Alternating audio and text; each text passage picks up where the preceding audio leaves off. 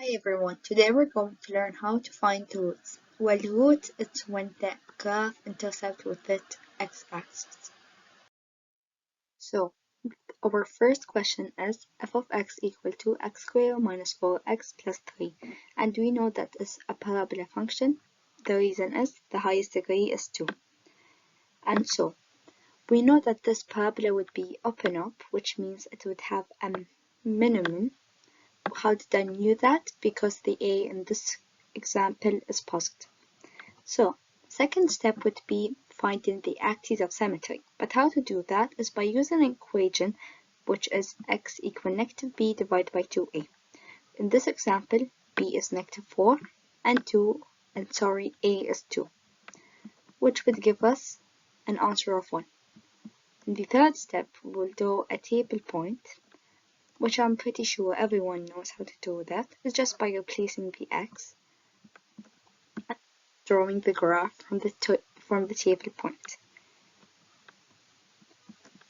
And for the fifth step, it's by determining the end behavior. But how to do that? So we can see as x going to a positive infinity because you can see that all those numbers are positive, and I'm pretty sure everyone knows what is infinity. Infinity is when there aren't a limit for numbers, like numbers goes to, I'm pretty sure everyone knows that. So here's the positive infinity of x. So as x goes to a positive infinity, what happens to y? Y also go to a positive infinity, as you can see in here, because the coordinate in here, y coordinate is positive. You can see the number is positive. And so, but if x went to a negative infinity, y would also go to a positive infinity. Because you can see the graph, it's also going up. It's going to a negative side of x, but also carrying on to going up to a positive infinity of y. So, and you can say that as the domain is all real numbers, range would be y greater than or less than 1, which means that y won't be able to go to a number less than 1, and domain or real numbers, which means it will be a positive and negative numbers. You can write them at either ways. So the next example, which is f of x equal negative 2x squared. And we know that this is also a parabola because the highest degree is 2. It's an up and down parabola, which I mean by it's a negative parabola, as you can see, because the a is negative. And it has a maximum. Its highest maximum would be here. So the second step, we would find the axis of symmetry. How to find that is by using an equation, x equal negative b divided by 2a. By plugging in the numbers, we know b is 0 because there aren't any number of b, either c, we just have a. And so negative 0 divided by 2 times negative 2, which is 0 because any number divided by 0, you know, it's a 0. So, and then we would draw the table, which as you can see in here. Why did I find the axis of symmetry? It makes it easy for me because I would put the axis of symmetry at the middle, the answer of the axis of symmetry in the middle, and then I would minus 1 and go step by 1 and then step by 2. It just helps me to understand where I should start by, but either way you don't need to do an axis of symmetry, you can use any point, but it's just easier to find the axis of symmetry. And so then we would draw the graph, and to find the end behavior, it's pretty easy. As x goes to a positive infinity, y goes to a negative infinity.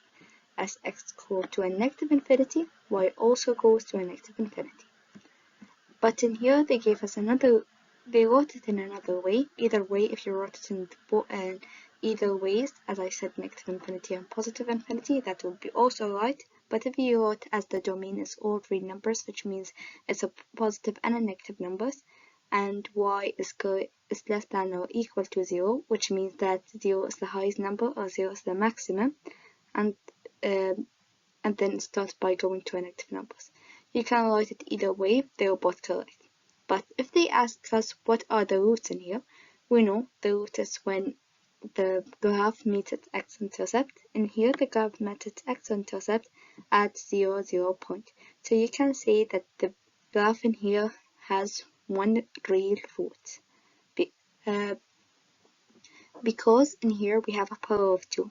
And the highest power determines how many roots we have. Don't worry that, I would cover that in another video. So, the third question, which is negative x squared minus 8x negative 16.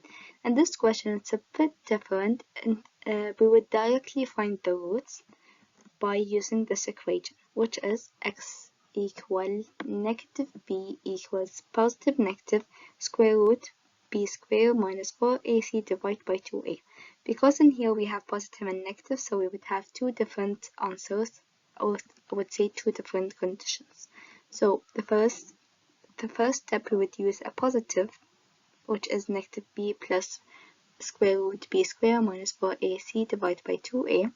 I will plug in the numbers, which is 8 plus square root negative 8 squared minus 4 times negative 1 times 16 divided by 2 times negative 1. Negative 1, which is a, because you know negative, which means just negative 1. And then b, I cancel the negatives in here because we know negative b, and if I plug the b in, which is negative 8, so negative times negative 8, which would give us just a positive 8, so we don't need to write a negative, which would give us an answer of negative 4, and it's the same with the negative sign, which would also give us an answer of negative 4. So in this condition, we have one real solution. And so this question says x squared plus 2x plus 3. In this question, we are going to find the roots by using the same equation. We would just plug in the numbers,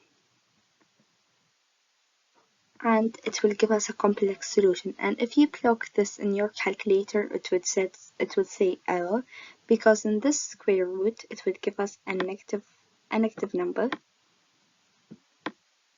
or let's say it's I, which I means is a square root of a negative 1. So that's why it's a complex solution. And complex solution in roots or any graph, it's when we have a solution, an imaginary solution, but we can't see it in the graph, which I mean by, let me show you this graph. So this is the graph.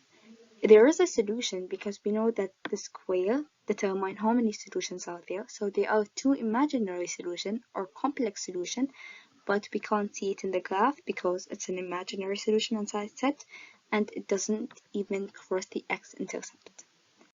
So in this slide, we would cover what discriminant means.